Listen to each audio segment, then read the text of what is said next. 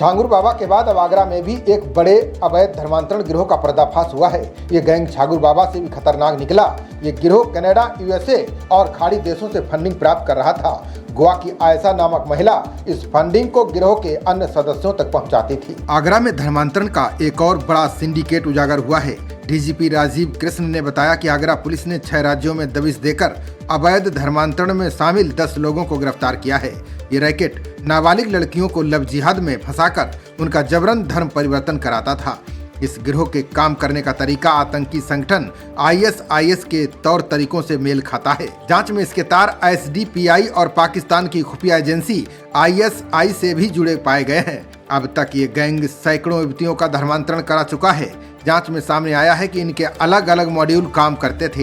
एक group funding जुटाता था तो दूसरा युवतियों को फंसाता था, वहीं तीसरा उन्हें छिपाने की व्यवस्था करता था। इसके अलावा चौथा ग्रुप इन्हें कानूनी मदद दिलाता था। गिरफ्तार आरोपियों में शामिल एक पीड़िता की तस्वीर भी सामने आई है, जिसमें वो धर्मांतरण और कट्टरपंथ के बाद AK-47 के साथ नजर आ रही है। कनाडा, यूएसए, कतर, यूएई और बांग्लादेश समेत अन्य इस्लामिक देशों से आने वाली फंडिंग को भारत में जगह जगह पहुंचाने की जिम्मेदारी गोवा से गिरफ्तार की गई आयशा के पास थी। आयशा के पिता फौजी हैं, वहीं उसका पति शेखर राय उर्फ हसन अली कोलकाता की कोर्ट में नौकरी करता है। शेखर गैंग के लोगों के लिए लीगल एडवाइजर के रूप में काम करता था। वो धर्मांतरण से जुड़ी सभी कानूनी प्रक्रियाएं पूरी करवाने में अहम भूमिका निभाता था।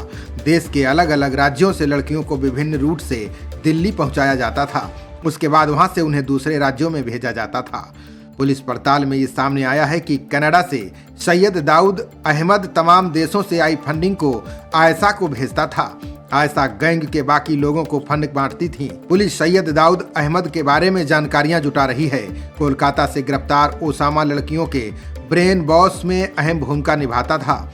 अब्दुल रहमान कुरैशी एक यूट्यूब चैनल के जरिए यही काम कर रहा था। दिल्ली से गिरफ्तार मनोज उर्फ मुस्तफा फुसलाकर लाई गई लड़कियों को नए मोबाइल फोन सिम उपलब्ध करवाता था। मनोज लड़कियों को ट्रेन के बजाय बस से दूसरे राज्यों और शहर में भेजता था ताकि उन लड़कियों के घर वाले उन्हें ट्रेस ना कर सकें। इस गैंग का खुलासा तब हुआ जब मार्च में 2 बहनों की गुमशुदगी की रिपोर्ट दर्ज हुई। इसके बाद पुलिस ने जांच तेज की। इस दौरान दोनों बहनों का कोलकाता में होने का पता चला। पुलिस कमिश्नर ने एडीसीपी सिटी आदित्य के नेतृत्व में एक टीम का गठन किया। पता चला कि दोनों बहनें कोलकाता के जिस इलाके में हैं वो मुस्लिम बहुल इलाका है। इसके बाद इस ऑपरेशन की पूरी योजना तैयार की गई है। इसके बाद एसीपी सैयद अली की टीम को वहां भेजा गया। इन लोगों ने सादे कपड़े में इलाके की रेकी की। उसके बाद स्थानीय पुलिस की मदद से अचानक दबिश देकर दोनों बहनों को छुड़ा लिया गया। पुलिस ने 4 आरोपियों को भी गिरफ्तार किया है। पता चला है कि दोनों बहनों का धर्मांतरण करा दिया गया है। यहीं से इस रैकेट का सुराग मिला। साइबर सेल की मदद से पता चला कि गिरोह के तार देश के 6 राज्यों से जुड़े हैं। इसके बाद पुलिस की 50 सदस्यीय टीमों को गोवा समेत कई राज्यों में भेजा गया, जहां से कुल 10 आरोपियों को गिरफ्तार किया गया। इस रैकेट को अमेरिका, कनाडा और दुबई से फंडिंग मिलने के भी सबूत मिले हैं। पुलिस को शक है कि इस सिंडिकेट का कनेक्शन पीएफआई और एसडीपीआई के साथ साथ पाकिस्तान के आतंकी संगठन से भी हो सकता है।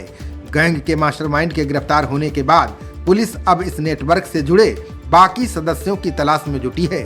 जल्द ही और गिरफ्तारियां हो सकती हैं। देश में माननीय मुख्यमंत्री जी के नेतृत्व और मार्गदर्शन में अपराध और अपराधियों के प्रति जीरो टॉलरेंस की नीति में यूपी पुलिस पूरी तरह से प्रतिबद्धता से कार्य कर रही है।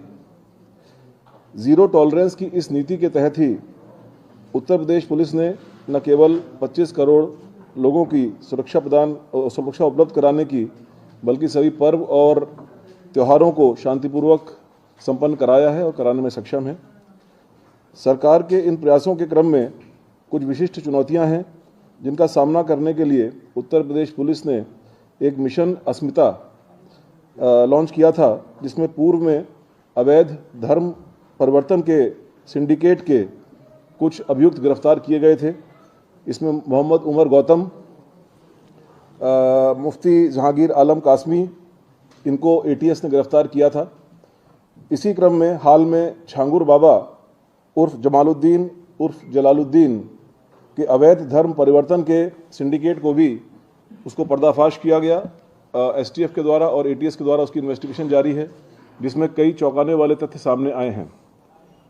यह अभियान जिहाद के नाम पर अंतर्राष्ट्रीय जिहादी फंडिंग प्राप्त करने, रेडिकलाइजेशन की कार्रवाई करने और राष्ट्रीय सुरक्षा में सेंध लगाने के उद्देश्य से अवैध धर्मांतरण, डार्क वेब और अन्य नेटवर्क के जरिए गंभीर अपराध करने वाले अपराधियों के विरुद्ध है।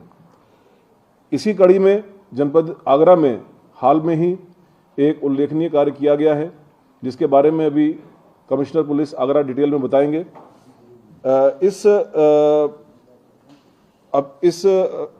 कड़ी में 6 प्रदेशों में साइमल्टेनियस दबिश देकर के 10 लोगों को गिरफ्तार किया गया है, जो कि देश के विभिन्न राज्यों में विशेष तौर पर कम उम्र की लड़कियों को प्रलोभन, लव जिहाद और अन्य तरीकों से प्रभावित करके धर्मांतरण के कार्य में लिप्त थे। अवैध धर्मांतरण का यह मोडस ऑपरेंडी ISIS का सिग्नेचर स्टाइल है। अभी तक प्रारंभिक जांच में इस ग्रुप का संबंध PFI से, SDPI से और पाकिस्तान के आतंकी संगठनों से भी होने के संकेत मिले हैं। जनपदीय पुलिस आगरा द्वारा की गई इस उल्लेखनीय कार्रवाई से इसमें अब आगे उत्तर प्रदेश की जो विशेषज्ञ एजेंसियां हैं STF और ATS, उनको भी शामिल किया गया है और आवश्यकता अनुसार अन्य राज्यों के पुलिस और केंद्रीय एजेंसी से भी समन्वय स्थापित किया जाएगा। अभी तक इसमें कनाडा, अमेरिका, लंदन और दुबई से फंडिंग के और उनके संलिप्तता के उनके वहाँ पर रह रहे कुछ लोगों के साथ में संलिप्तता के सबूत मिले हैं, जिसके आधार पर आगे की कार्रवाई की जा रही है। धन्यवाद। खबरों का सिलसिला जारी रहेगा। देखते रहिए जनप्रभात। नमस्कार।